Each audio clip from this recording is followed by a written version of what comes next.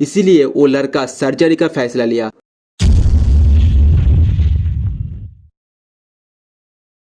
आइए इस घटना को हम शुरू से जानते हैं।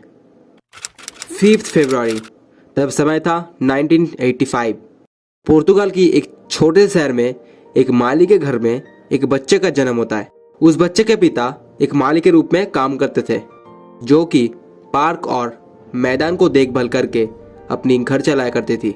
घर में उस बच्चे के अलावा उनके बड़े भाई और 2 बहनें भी थे।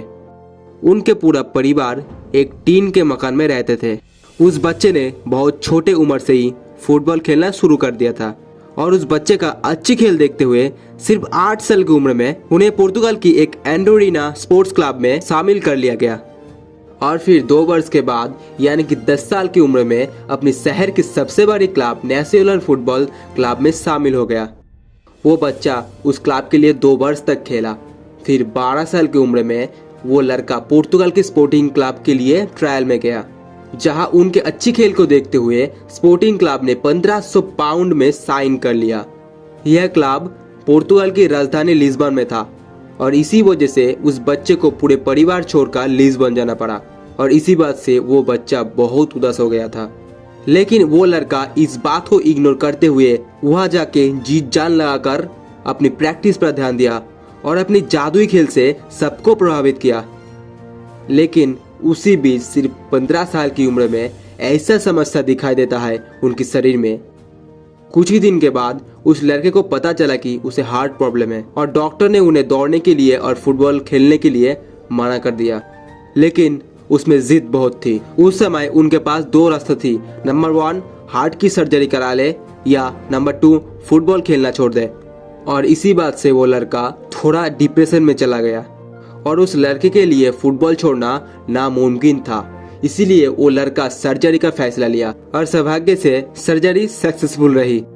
कुछ ही दिन रेस्ट के बाद वो मैदान लौट आए और एक नया शुरुआत के साथ फुटबॉल खेलना शुरू किया। लेकिन उसी बीच फिर से उनके जीवन में एक बहुत बड़ी दुखद मोड़ आई, क्योंकि शराब पीने की वजह से सिर्फ 52 साल की उम्र में उनके पिता की डेथ हो गई। इस घटना ने उस लड़के को टूट कर रख दिया, क्योंकि उस लड़के का पिता उनके सबसे करीब थे। वो हर एक बात को फ्रेंडली की तरह शेयर करते थे। इस घटना की वजह से उस लड़के आज तक भी शराब को छू कर नहीं देखा। उनके पिता का मृत्यु के बाद घर का आर्थिक समस्या दिखाई देने लगा और उस समय उनकी माँ दूसरों के घर में काम करके घर चलाया करती थी। उस बच्चे इस सभी प्रॉब्लम को इग्नोर करते हुए अपने प्रैक्टिस पर ध्यान दिया और अच्छी खिलाड़ी बनकर दिखाया। उन्होंने 2002 में अपनी पहला मैच पुर्तगाल की स्पोर्टिंग लिस्बन क्लब के लिए सिर्फ 17 साल की उम्र में खेला।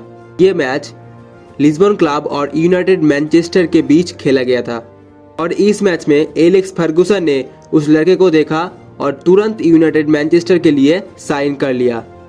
क्लब ने इस चमत्कारी खिलाड़ी को हासिल करने के लिए बड़ी अमाउंट $17 मिलियन चुकाए थे, जो कि इंग्लिश फुटबॉल के इतिहास में किसी भी युवा खिलाड़ी को चुकाया गया सबसे बड़ा अमाउंट था।